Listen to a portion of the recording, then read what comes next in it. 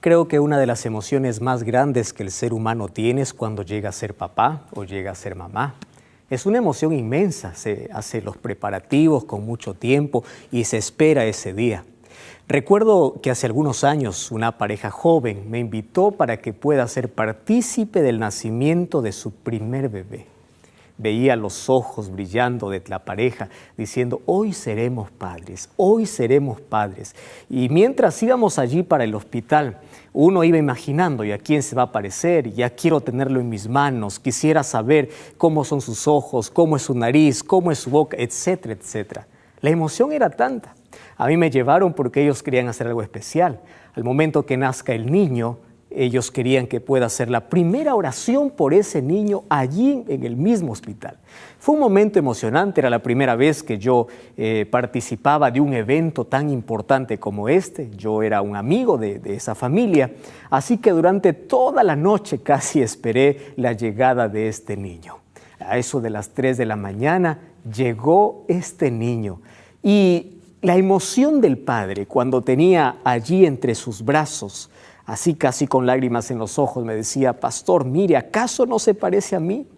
La verdad yo trataba de encontrar por allí algunas semejanzas, pero era tanta la ilusión, la emoción del padre que yo le decía, sí, es muy parecido a ti. Sabes, los padres se emocionan mucho y hay una de las cosas que les emociona a todo papá y a toda mamá. Es porque encuentran siempre en aquel hijo, en aquella hija, algunos rasgos de ellos. Más de uno me dijo, pastor, este hijo parece que fuese mi copia fotostática, es tan idéntico, es tan parecido a mí. Cuánta alegría hay cuando un niño llega a un hogar. Y así también cuando tú naciste en este mundo, hubo celebración en el cielo. Cada vez que alguien nace, yo imagino la sonrisa allí en el rostro de Dios. Porque en el libro de Génesis capítulo 1, versículo 26 dice que Dios hizo al hombre a imagen y semejanza. Si los padres hoy se emocionan al ver a su hijo que tiene ciertos rasgos y ciertas características de ellos, cada vez que hay un nacimiento en esta tierra, también hay gozo en el rostro de Dios, porque quien creó al primer hombre todavía sigue celebrando al ver que allí en esa criatura está la imagen y semejanza de Dios.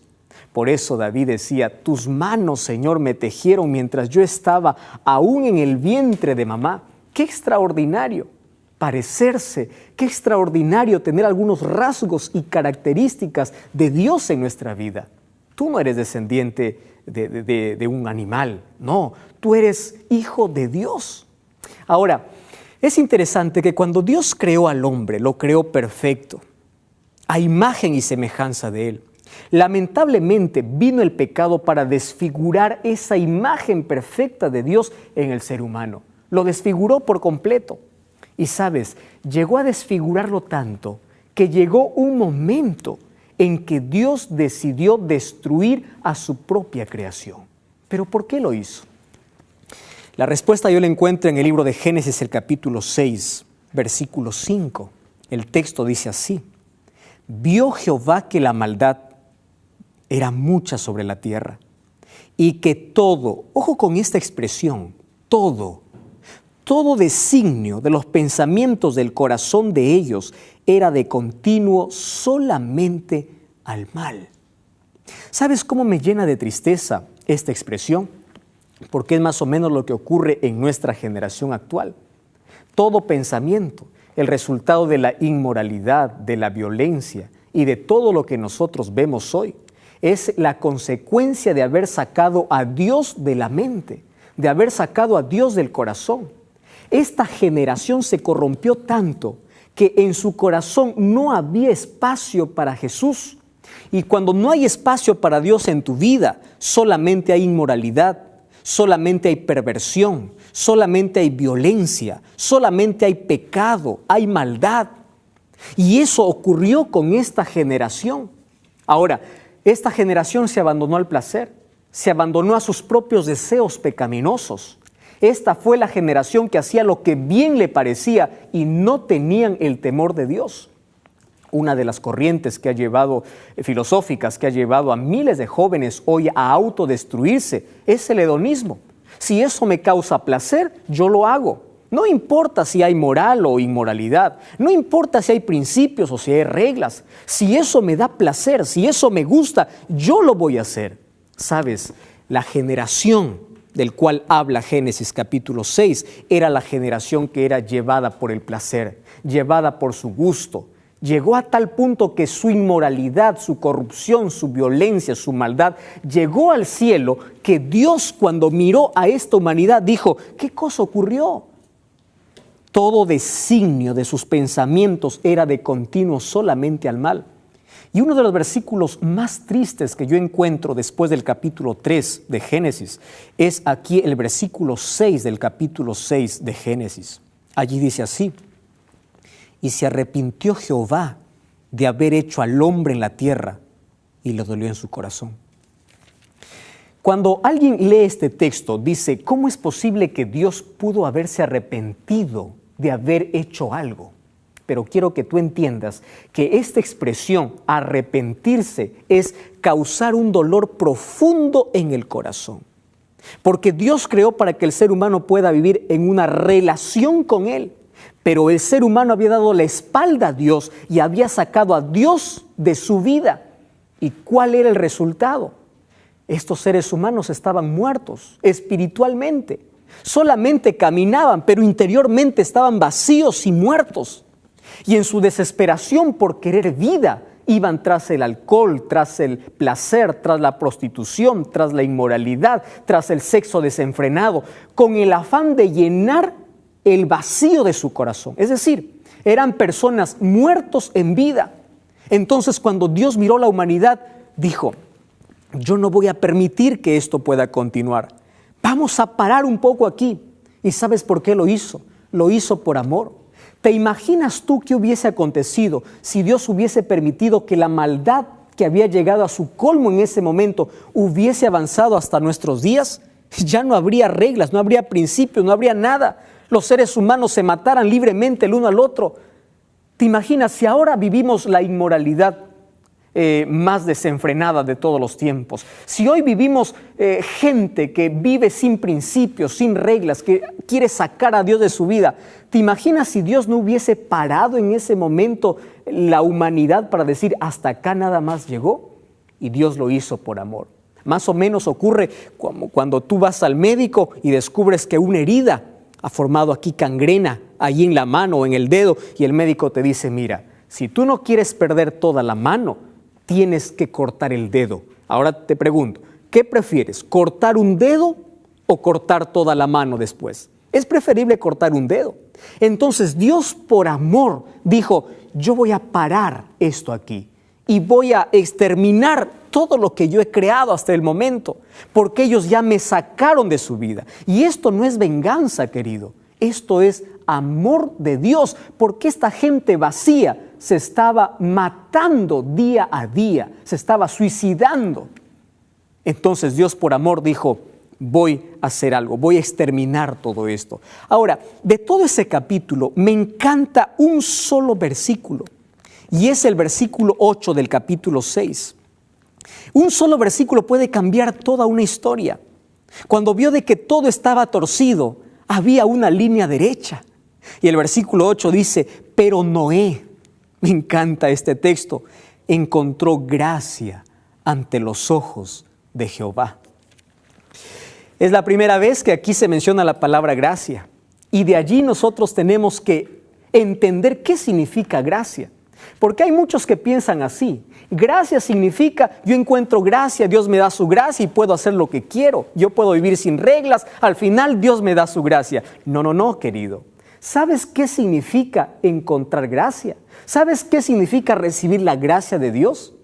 La gracia va acompañada siempre de la fe, y la fe va acompañada siempre de la obediencia. Cuando Dios encontró a Noé una persona recta, Dios decidió salvar a Noé. ¿Y qué cosa le dijo? ¿Sabes? En mi gracia yo te voy a salvar de esta destrucción. Pero ojo, mi gracia también significa que tú tienes que obedecer todo lo que hago.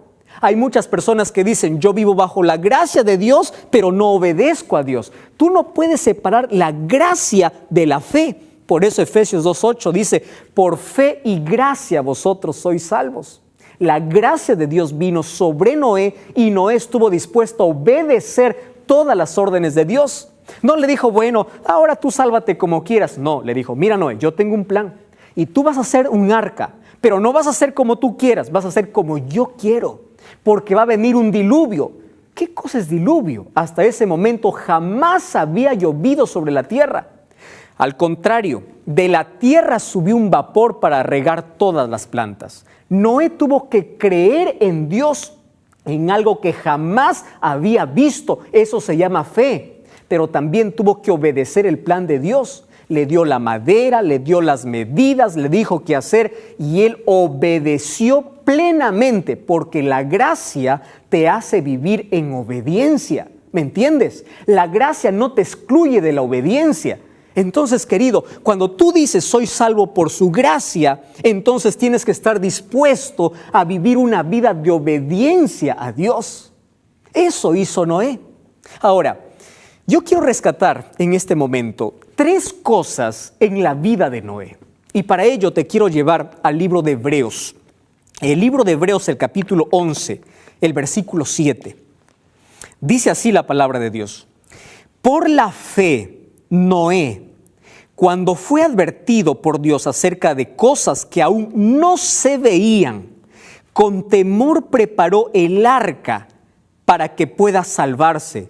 Y por esa fe condenó al mundo y fue hecho heredero de justicia que viene por la fe. Número 1. Cuando recibes la gracia de Dios, la manera como recibes esa gracia, esa salvación, ese regalo del cielo, es mediante la fe. Y Noé fue un hombre de fe. ¿Qué significa ser un hombre de fe? No significa solamente creer en Dios.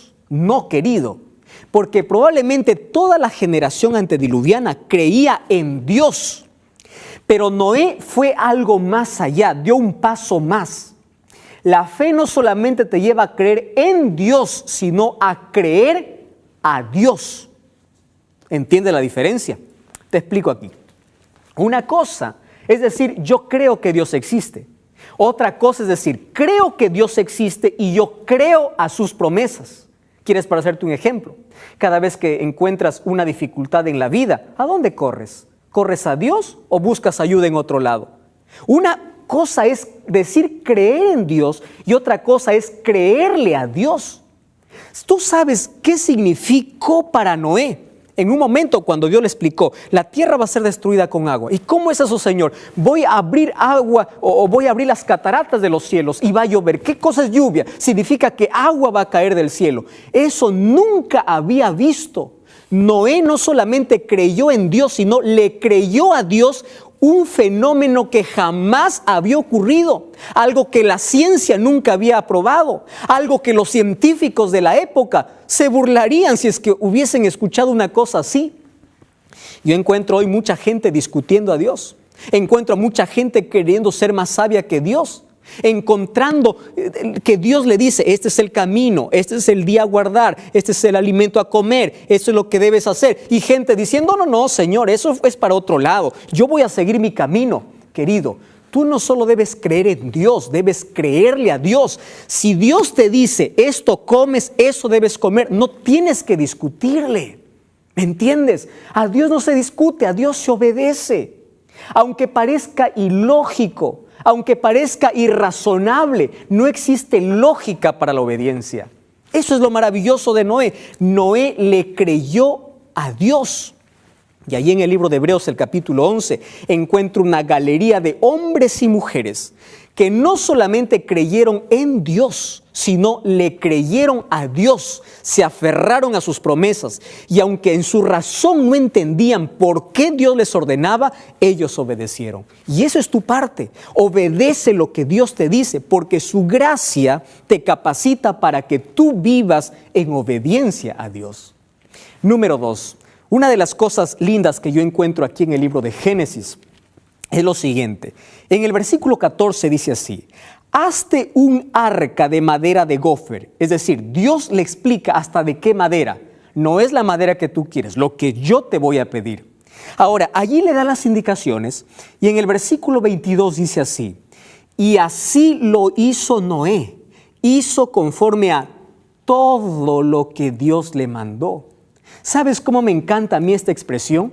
Noé no dijo, a ver, yo voy a pensar qué cosa voy a obedecer de Dios y qué cosa no voy a obedecer de Dios. No dijo, bueno, Señor, esto no me conviene, esto sí. No, obedeció todo. ¿Entiendes ahora la clave?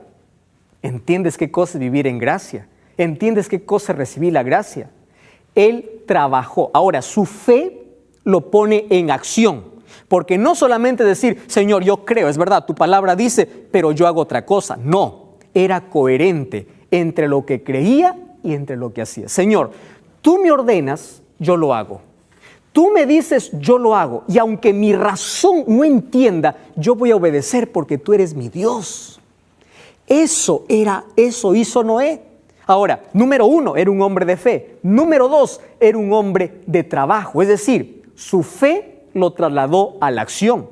Yo imagino la primera vez que él recibió esta indicación, reunió a todos los moradores, dijo, señores, va a haber un diluvio. También imagino que al principio muchos se unieron para este grande proyecto, pero a medida que pasaba el tiempo y veían que nunca caía una gota del cielo, algunos empezaron a desanimar, algunos abandonaron el trabajo y empezaron a burlarse de Noé. Número 3, la tercera característica de Noé es que él no se desanimó. Él perseveró. ¿Sabes cuántos años duró esta construcción? 120 años. ¿Tú te aferrarías a una promesa 120 años, aun cuando tus ojos no vean una sola gota caer del cielo? Eso es creer en Dios. Eso es aferrarse a que Dios cumplirá sus promesas. La gente a Noé lo llamó loco. La gente lo llamó brujo, la gente lo llamó a Noé ignorante, y a pesar de la oposición, a pesar de las burlas, a pesar de que todo el mundo estaba en su contra, él siguió obedeciendo a Dios. Cada vez que había un martillazo construyendo el arca, era una amonestación, vengan, va a haber un diluvio, va a haber un diluvio, hasta que un día el arca se terminó. Y cuando se terminó el arca, Dios le dice a Noé, entra al arca tú y toda tu familia. Señor, tremenda embarcación, tremenda casa, solamente para mí y mi familia. No, espera. Y tú sabes lo que aconteció. Animales empezaron a venir, porque los animales obedecieron incluso la voz de Dios y los seres humanos no. Y empezaron a entrar en el arca. Y cuando estos animales entraban en el arca, imagino la burla de la gente. Noé, tú eres brujo, ¿qué estás haciendo? Finalmente entró Noé y toda su familia. Y cuando estaban adentro, tampoco llovió. Pasaron unos días. ¿Sabes hasta cuándo? Hasta cuando la puerta se cerró. Y cuando la puerta se cerró, no lo cerró Noé. Dios mismo cerró esa puerta. En el cielo apareció la primera nube oscura. Toda la gente temblaba de miedo. Algunos se imaginó tocando la puerta del arca diciendo, Noé, yo trabajé, déjame entrar. Era demasiado tarde. 120 años habían desperdiciado la gracia de Dios. Habían recibido la amonestación de Dios, pero ellos rechazaron esa gracia y ahora la puerta estaba cerrada. Ahora, esa arca hoy representa a Jesús. Jesús es el único medio de salvación. Esa arca tenía una sola puerta y hoy también tienes una sola puerta para salvarte. Jesús dijo, yo soy la puerta. Jesús dijo, yo soy el camino. Hoy Jesús es esa arca. Y sabes, un día, así como se cerró el arca y solamente se salvaron los que estaban dentro del arca, un día también la gracia de Dios se cerrará. Por eso hoy es el momento de entregar el corazón a Jesús. Sabes, nosotros vivimos en la misma situación que vivió Noé. La misma inmoralidad, la misma violencia, el mismo mundo que vivió Noé, hoy lo vivimos en la actualidad. Hoy la gente ya no quiere creer ni a Dios ni creerle a Dios. Hoy la gente ya se burla diciendo, ¿cuándo va a venir Jesús? Más o menos como en los días de Noé. Cuando tú lees Mateo 27, tú vas a encontrar que Jesús dijo lo siguiente, así como en los días de Noé será la venida del Hijo del Hombre. ¿Por qué? Porque en los días de Noé había violencia, inmoralidad, desastre. Había dolor, habían corazones vacíos. Estaba la misma realidad que hoy vivimos en la actualidad. Pero gracias a Dios que hoy todavía la puerta está abierta. Y sabes, esta vez Dios ya no castigará al mundo con agua, sino será con fuego y azufre. Y solamente se salvarán aquellos que hayan entrado por la puerta, y esa puerta es Jesús. Todo lo que hoy vemos, los grandes cerros, las grandes montañas, son la evidencia de que existió un diluvio universal, que le dolió tanto en el corazón de Dios, pero lo hizo por amor. Y muy pronto Jesús regresa para poner fin una vez más a la historia del pecado. ¿Sabes por qué?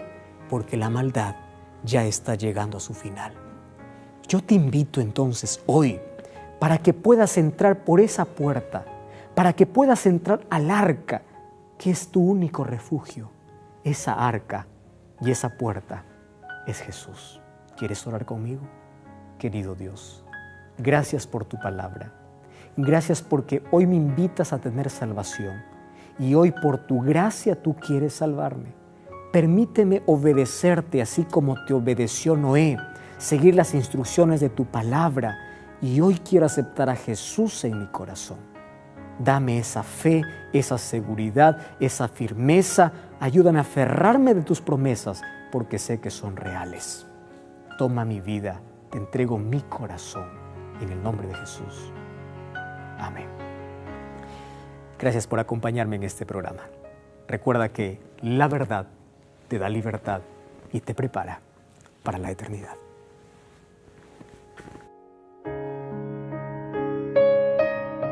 Hoy quiero hablar contigo de un tema muy importante. ¿Te diste cuenta que en la vida muchas veces nos sentimos encerrados y a veces parecemos prisioneros de muchas cosas? Crisis familiares, crisis económica, malas noticias, muchas veces hace que nos podamos sentir en una celda, en una cárcel, en un callejón sin salida. ¿Te ha pasado eso? Pues esta noche yo quiero hablarte algo muy importante. Y sabes, yo traje para ti una llave. Encontré la llave para poder salir de todas esas preocupaciones. Encontré la llave para poder ser libres, tener libertad sin límites. Esa llave yo lo tengo aquí en mi mano. Esa llave se llama Palabra de Dios. Así que te agradezco por dejarme ingresar a casa. Estamos juntos, estamos reunidos allí toda la familia, ¿verdad? Ahora quiero que prestes mucha atención, porque el momento que abra este libro, recuerda que estamos abriendo una prisión, estamos abriendo una celda para ser libres como Cristo nos creó, libres sin límites. Ahora, cuando abro la Biblia, quiero invitarte también para que tú puedas abrir tu corazón. Casi 2 millones de personas en el mundo mueren por falta de agua potable. Por falta de agua potable hay muchas enfermedades. Se considera que en unos 15 años más adelante, la mitad de la población mundial carecerá de agua. Y esto es una noticia muy preocupante. Lo has escuchado por diversos medios. Eso preocupa a la humanidad. Se está tomando medidas para que esto no llegue a suceder. Ahora, es impresionante también de que el 97% de agua que tenemos en el mundo, los seres humanos no podemos beberlo. ¿Sabes por qué? Porque son aguas saladas. Y el 3% que queda de agua dulce, casi 2/3, está en los glaciares, está en los polos. Así que hay que cuidar mucho el agua que tenemos. Hoy estamos hablando del agua. Ahora, ¿tú te imaginas en algún momento que el planeta llegue a quedarse sin agua? Eso sería realmente una tragedia, porque llevaría a miles de personas a la muerte. Sin agua hay enfermedades, sin agua hay suciedad, sin agua el ser humano simplemente moriría. ¿Te has dado cuenta que sin agua no tenemos vida? Fíjate, Los seres humanos, para que puedan construir una ciudad, de lo primero que ellos se aseguran es que tenga agua. En tiempos muy antiguos, para poder levantar una ciudad, la gente primero tenía que ver si hay un río cerca. Y es curioso que las ciudades se construían teniendo al río que pasase por el centro de la ciudad. Y ellos tenían una estrategia muy buena, porque la ciudad también levantaba inmensos muros. ¿Y con qué finalidad? Cuando venía un enemigo más poderoso, todo lo que tenían que hacer es cerrar las puertas y estar seguros. Mira, si tenían agua adentro, tenían salud, tenían limpieza, podían sembrar, podían cosechar. El agua les daba garantía, el agua les daba salud. Tener agua es tener vida. ¿Cuán importante es el agua? Vamos a pensar un momento cuán importante es el agua en el medio natural. Imagínate, si nosotros quitamos al agua de la naturaleza, nos vamos a encontrar con un desierto totalmente árido. Si quitamos el agua del mundo natural, estamos hablando de un mundo sin verdor. Un mundo que no tiene verde es un mundo totalmente trágico. Un mundo que no da ganas de verse. Es un desierto total. Ahora, en el mundo natural se necesita mucho de agua, ¿verdad? Necesita el agua. Las plantas necesitan agua para florecer. Si no hubiese agua, no hubiese alimento, no hubiese sembrío, no hubiese cosecha, no existiría absolutamente nada. Ahora, otra cosa. El cuerpo humano, tu cuerpo, mi cuerpo, también está constituido por agua. ¿Te diste cuenta?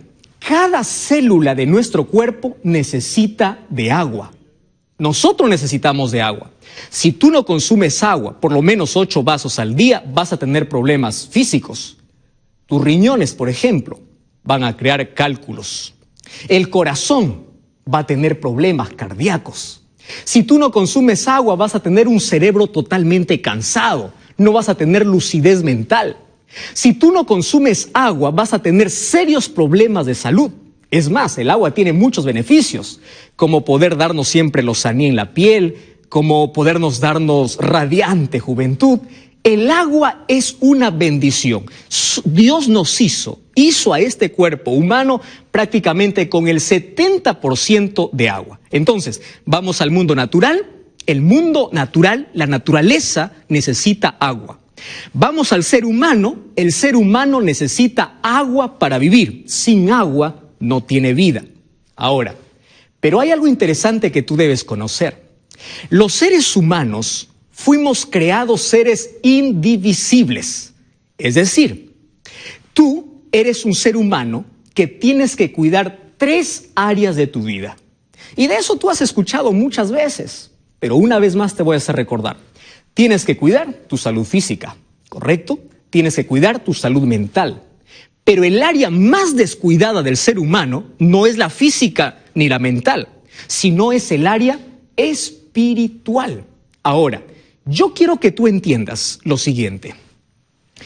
Si el mundo natural necesita de agua, tu cuerpo físico necesita de agua, entonces un área de tu vida que tú has descuidado, que es el lado espiritual, también necesita agua. Muchas veces me han preguntado, ¿por qué hay tanta gente infeliz? ¿Por qué hay tanta gente que parece que se seca en vida? La respuesta es porque les falta agua. Pero no les falta agua para su cuerpo físico, les falta agua espiritual. Porque el corazón también necesita de agua. Entiéndelo. Ahora, tú no puedes negar tener sed. Tú por más que digas, yo no creo en el agua, yo no tengo sed, tu cuerpo te va a pedir, tu cuerpo físico te va a pedir que le des agua. Y cuando tienes sed, tienes que correr al agua. Pero qué curioso, cuando nuestro corazón, la parte espiritual de nosotros, nos pide agua, en lugar de nosotros darle agua, le damos otra cosa. Más o menos ocurre también en el lado físico, ¿verdad? ¿Te has dado cuenta que muchas personas que tienen agua limpia, disponible, agua allí, en lugar de tomar agua empiezan a beber gaseosas, bebidas azucaradas, que empiezan a destruir su organismo? Pero eso también ocurre en el lado espiritual. Ahora, si tú entiendes perfectamente lo que ocurre en el lado físico, tú me vas a entender también lo que ocurre en el lado espiritual.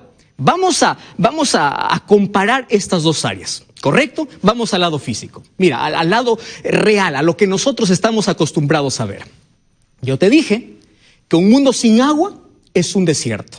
Ahora te digo, una persona que no bebe agua espiritual tiene una vida totalmente desierta. Tu vida no tiene flores, no tiene sueños, no tiene verdor. Tu vida está seca. ¿Sabes qué necesitas? Agua, pero agua espiritual. Eso es lo que tú estás realmente necesitando.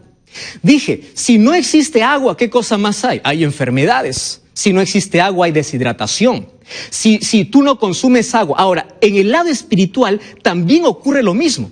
Ahora, ¿te imaginas el mundo sin agua? Sería una pestilencia, ¿verdad? Habría mucha suciedad. Entonces tú te preguntas y dices, pastor, ¿por qué en el mundo hay tanta inmoralidad? ¿Por qué en el mundo hay tanta violencia? ¿Hay tanta suciedad? ¿Por qué el mundo está tan sucio? Entonces la respuesta es, porque el mundo ha descuidado la parte espiritual que también necesita de agua. Entonces, ¿quieres reverdecer? ¿Quieres sonreír? ¿Quieres que tu vida no sea un desierto? ¿Quieres que tu vida sea fructífera? ¿Quieres tener frutos? ¿Quieres florecer? Así como tu cuerpo necesita de agua, también tu lado espiritual, el área espiritual de tu vida necesita de agua. Ahora tú dices, pastor, y me está hablando tanto de agua. Ahora, ¿qué es el agua? ¿Es el agua física, aquel que tomo del caño para beber? Espérate. Vamos a abrir la Biblia, ¿te parece? Y vamos al libro, vamos al primer texto, vamos al libro de San Juan. Allí en el libro de San Juan, nosotros vamos a encontrar la respuesta para este asunto. San Juan capítulo 7, versículo 37 y 38. Ahora, si tienes una Biblia en casa, acompáñame, porque esto es lo que tú debes tomar hoy, beber hoy. Te estoy hablando de la importancia del agua, no solamente en tu salud física, sino también en tu salud espiritual. El agua literal, el que consumes diariamente, conoces, pero esta agua probablemente no conozcas. 7:37 del libro de San Juan dice así. Era el último día de la fiesta. Jesús se puso en pie, alzó su voz diciendo, mira, levanta la voz. Jesús quiere que todos lo escuchen. Ahora, yo quiero que tú hagas silencio. Allí donde estás mirando el programa, atento, está muy bien. Jesús quiere levantar su voz también por este medio y te dice así. Si alguno tiene sed, te pregunto, ¿lo estás escuchando? Una vez más te repito, si alguno tiene sed, puede ser que todos, pero si alguno tiene sed, venga a mí y beba. Y el versículo 38 dice, porque el que cree en mí, como dice la Escritura, de su interior correrán ríos de agua viva. Querido, el enemigo de Dios, que es el diablo, sabe que tú tienes una necesidad espiritual y que tu corazón te reclama con tanta ansiedad, dame de beber. ¿Sabes cómo se expresa ese deseo? Por esa incomodidad que tienes. En la noche te vas a descansar y no logras conciliar el sueño. Y empiezas a pensar y revisar todas las cosas y dices, pero ya hay muchas cosas que tengo, he conseguido todo. Tengo mi título, tengo autoridad, tengo dinero, pero parece que algo me falta. Ese es el lado interior, tu lado espiritual que te dice, dame de beber. ¿Y quién es el agua? El agua es Jesús. Pero tú, en lugar de darle a Jesús al vacío de tu corazón, tú empiezas a buscar otra agua. Y ahora te menciono. El enemigo de Dios ha levantado fuentes por doquier. Allí, fuentes de agua contaminada, fuentes de agua sucia, Esas fuentes de agua se llaman fuentes de placer, fuentes de alcohol, fuentes de vicio. Hay muchos ríos contaminados y te dice, mira, ¿quieres saciar tu sed? Ven aquí, la música va a saciar tu sed. ¿Quieres saciar tu sed? Vamos, yo te doy fama, ven para acá, la fama va a saciar tu sed. ¿Quieres saciar tu sed? Tú necesitas más dinero, necesitas un mejor empleo y te lleva a esas aguas. Y cuando estás en esas aguas dice, pero ya tengo esto, ¿qué más me falta? Y tu corazón sigue diciendo, necesito agua, necesito a Cristo. Y el diablo te sigue llevando a fuentes equivocadas. Es por eso que hay tanta gente infeliz. Es por eso que hay tanta gente que se está muriendo diariamente. Es por eso que tanta gente vive amarga. Es por eso que la gente no encuentra el sentido de su vida, porque su vida es un desierto, se rinde, se desanima, anda con la cabeza hacia abajo. ¿Por qué? Porque el área espiritual de su vida está muriendo de sed, pero de sed de Jesús. Deja de beber en fuentes equivocadas. Lo que tú necesitas en tu vida es beber de la verdadera fuente, de la fuente inagotable, de la fuente cristalina, de la fuente que realmente va a saciar la sed de tu corazón. Tú necesitas beber de Jesús. Jesús levanta la voz, imagino allí una multitud de personas y dice, miren, ¿alguien de ustedes tiene sed? ¿Alguien tiene sed? Claro que Jesús no estaba hablando de la sed física. Jesús estaba hablando de la sed espiritual que todo ser humano tiene en su corazón. ¿Tú tienes sed? No te quedes con sed. Ven. Yo te ofrezco esta agua. Yo te ofrezco esta fuente inagotable que realmente te va a saciar. Tú te puedes estar preguntando allí y decir, pastor, ¿está bien? Ahora entiendo que he descuidado mucho lo que mi corazón decía. Dame agua, estoy muriéndome de sed espiritual. Ahora, ¿qué puedo hacer para tener esa agua? Mira, vamos a la Biblia. En el libro de Salmos, capítulo 42. El versículo 1 dice así: como el ciervo brama por las corrientes de las aguas. Me encanta mucho esta imagen. ¿Conoces el ciervo? ¿Has visto alguna foto? ¿Has visto alguna imagen? Como el ciervo brama por las corrientes de las aguas, dice el texto, así clama mi alma, mi corazón por ti, oh Dios. Versículo 2 dice, mi alma tiene sed de Dios. ¿Viste lo que dice David? No está hablando de una sed física, está hablando de una sed espiritual. Mi alma tiene sed de Dios, del Dios vivo. Entonces, yo no me quedo con los brazos cruzados. Aquí David me enseña cómo beber del agua. Y allí dice el versículo 2, ¿cuándo vendré y me presentaré delante de Dios?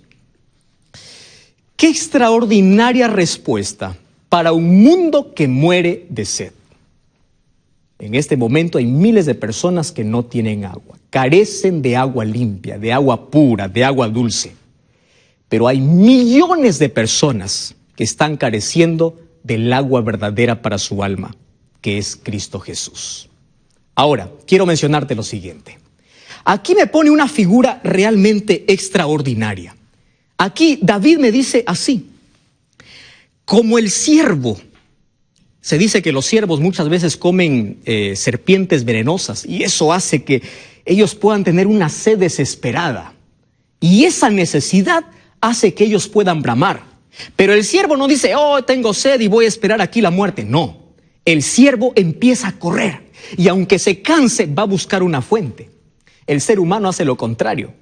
El ser humano cuando tiene sed espiritual, en lugar de correr a la fuente correcta que es Cristo, empieza a embarrarse en otras fuentes para satisfacer esa sed. Tremendo error, buscar agua en el lugar que no es indicado. Es por eso que te complicas la vida. Aquí dice, yo tengo alma, yo tengo sed, mi alma tiene sed de Dios, pero yo no me cruzo los brazos. Yo voy a buscar a Dios, me presentaré delante de Dios. Y qué desafío tremendo. ¿Sabes por qué? Porque nuestro corazón, ahora vamos a ser sinceros, ¿está bien? Vamos a conversar. Mira, nuestro corazón realmente no tiene necesidad de Dios. Dime, ¿es verdad o no? ¿Qué necesita tu corazón? Tú puedes decir, no, pastor, mi corazón ahora necesita una fiesta este fin de semana. Mi corazón necesita diversión. Mi corazón necesita placer. Sí, porque esa es nuestra naturaleza humana. No hay un ser humano que diga, oh, yo quiero a Dios, deseo a Dios, busco a Dios con ansiedad. No. Pero tu corazón se muere por tener a Cristo. Pero ¿sabes cuál es la tragedia? Que nosotros no deseamos buscar el agua en Jesús. Es por eso que preferimos beber de cualquier otra fuente. Es por eso que preferimos morir de sed. Es por eso que preferimos secarnos en vida en lugar de ir a Jesús. Ahora, pastor, pero si mi naturaleza me dice que yo no puedo buscar a Jesús, ¿quiere decir que estoy perdido? No, querido. El Espíritu Santo puede hacer un trabajo extraordinario en tu vida. Y esta noche, si tú estás viendo este programa, es porque el Espíritu Santo ya está trabajando en el corazón. Está despertando en ti la necesidad de realmente saciarte del agua que vale la pena. En el libro de Jeremías, el capítulo 2, hay una amonestación de Dios para su pueblo. Y dice así: 2 males ha hecho mi pueblo. ¿Sabes cuáles son estos 2 males? Dejaron la fuente de agua viva y corrieron tras cisternas rotas. Muchas veces corremos tras el placer para llenar el vacío del corazón. Y cuando parece que nos ha dado felicidad, nuevamente quedamos vacíos. ¿Tú crees que las fiestas te hacen feliz? Es verdad, te hacen feliz por 10 minutos, por una noche. Cuando está la música a todo volumen, tú tienes mucho placer y parece que tu corazón está satisfecho. Pero cuando la música baja y todo queda en silencio, tu corazón sigue vacío. 2 males ha hecho. Abandonó la fuente de agua viva y fue tras corrientes o tras cisternas rotas. Y esta noche yo quiero hacerte una invitación especial para ti. Pero escúchame, no lo voy a hacer yo. Lo va a hacer Jesús. ¿Está bien? Lo va a hacer Jesús. Y quiero que escuches atentamente qué cosa tiene Jesús para decirte hoy. En el último libro de la Biblia, en el libro de Apocalipsis, el capítulo 22, en el versículo 17, dice así. Vamos al último libro de la Biblia, Apocalipsis, capítulo 22, versículo 17. Dice: el espíritu y la esposa dicen, ven. Te pregunto, ¿tú estás escuchando en este momento? ¿Estás teniendo la necesidad en tu corazón de ir a Jesús? El Espíritu Santo está trabajando en ti. Te dice, ven. Y el que oiga, diga, ven. Y el que quiere, venga. Me encantan siempre las invitaciones de Jesús, porque nunca nos fuerza a hacer algo sin nuestro consentimiento. Jesús te dice, ¿tienes sed? Ven. ¿Qué tienes que hacer? Venir. Ven. El que quiere, tome del agua de la vida gratuitamente. Basta de beber en pozos equivocados. Un día Jesús se presentó a una mujer que estaba buscando satisfacer su necesidad a través del placer. Jesús le dijo, volverás a tener sed, pero yo tengo una mejor agua para ti. Y Jesús esta noche también te ofrece el mejor de las aguas, Él mismo. ¿Sabes qué tienes que hacer? Ir a Jesús. Pastor, ¿cómo voy a Jesús? Cierra tus ojos, donde tú estás, y repite conmigo esta oración. Querido Dios, tú eres el agua que yo estoy necesitando. Gracias porque hoy tu palabra me habló directamente, y ese vacío que tengo en el corazón, quiero que pueda ser llenado solamente por ti. en el nombre de Jesús. Amén. ¿El mundo muere de sed? No, hay un agua disponible, que es Cristo. Gracias por permitirme acompañarte en esta noche. Y te recuerdo, conoceréis la verdad, y la verdad os hará libre. La verdad te da libertad. La verdad te prepara para la eternidad. Nos encontramos pronto.